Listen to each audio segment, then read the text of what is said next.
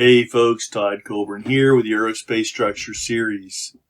This video is part of our dynamics series, but it actually is a refresher on things we learned about in statics, forces to be specific. Let's see how it works.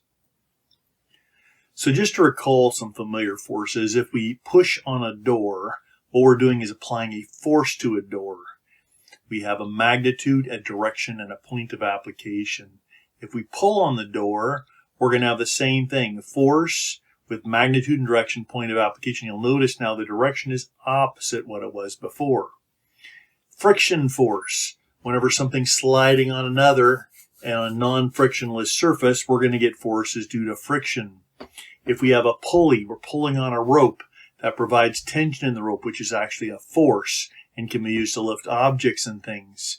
Thrust is a force that pulls the aircraft along or pushes it along. Drag is another force. We've talked about that. Lift and weight are forces. Here's our drag force on an aircraft. If we take a structure apart, we can, wherever we cut it, we can replace the structure we removed with the forces that they can transmit. This is called making section cuts that we learned about in statics using the method of joints and the method of sections. And while cutting an aircraft is a bit more complicated than cutting a rod, same principles apply. If we have a stringer like this, a longitudinal member in an aircraft, we can cut it off and replace what we cut off with the forces that it transmits. Stringers typically carry forces, axial forces. If we have a rod, we have the end forces on a rod. We could cut it somewhere and calculate the internal forces as well. Okay, we've already talked about particles, and when we have forces applied to particles, they're going to impart translation. Remember, a particle is as if no matter how big or small it is, we're treating it as if all of that mass and material can be shrunk down to a single point of infinitesimal size. Okay, that means we can't really apply moments to it. We can only apply forces to it.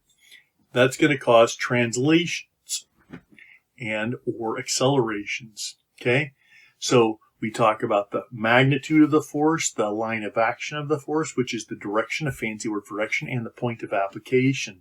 Okay, so we already talked about that, and we can talk about the resultant of multiple forces. Remember, we talked about resultant before. If we sum all forces, in this case, like here, we have a force P and a force Q. The resultant of those would be the summation of those.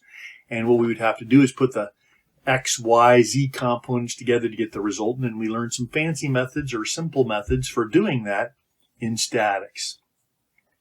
We talked about vectors versus scalars, where vectors have magnitude and direction. And for forces, they have point of application. Scalars are just have magnitude, things like mass and energy. Okay, this is the way we depict forces, usually with a single-headed arrow. Moments can be defined either with a curved arrow like this, with an arrowhead, or with a double-headed arrow is the way we show moments. That means you stick your following right-hand rule, use your right hand, you stick your thumb up the rear end of the moment, and the way your fingers are curling, that is the direction of the moment.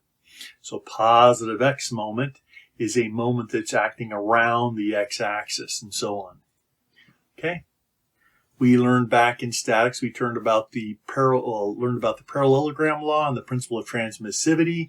I'm going to encourage you to go back to the statics videos and study those concepts if those aren't fresh in your memory. Most commonly, we're putting together forces and components. We'll calculate the X, Y, Z components and put them together that way. So that's a quick review on forces as it pertains to our dynamics class. Enjoy. Make sure you watch the other pieces of Lecture 1 that are also recorded here.